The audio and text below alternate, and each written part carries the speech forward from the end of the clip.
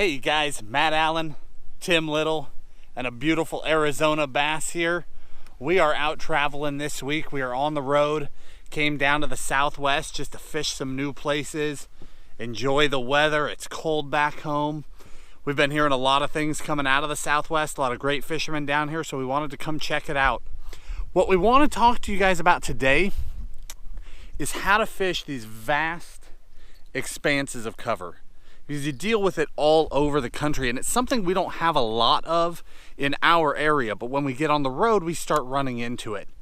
So just some quick tips for you guys about breaking down areas like this, areas where you just have acres and acres and acres of trees or brush or tules or grass flats. If you're down there in the south, just grass forever. What do you do when you get on a new lake like we did today? We've never been here. We've never been within 100 miles of this place. So we come out and we look at 3/4 of a mile of standing brush, and on the outside it's 20 feet deep all the way up to the bank, no breaks. So what do you do? How do you break this stuff down? How do you start catching fish? What we do is we take two approaches. There's two methods and we try both. The first approach is going to be to fish the edges.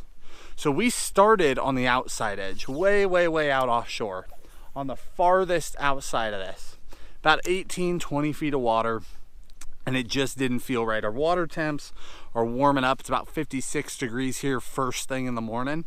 So this is warm water by afternoon. So we know those fish aren't that far out right now. So then you come all the way and you get right up on the shore. We're trying the outside edge, then we're trying the inside edge. If you don't find fish on either one of those, well, that makes it pretty easy, right? They're somewhere in the middle. And that's where we ended up. We started out throwing reaction, fished the outside, fished the inside. It wasn't happening. So we picked up the flipping stick, picked up a shaky head, a jig, and a Senko, a weightless Senko, and just start pitching into cover, just searching for fish. And sure enough, we started getting bit.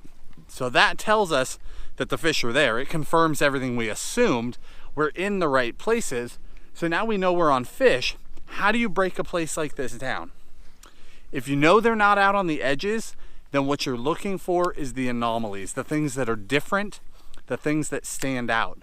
So for us here today, it's gonna be one of two things. Points. We got a big point here, another big point across the way.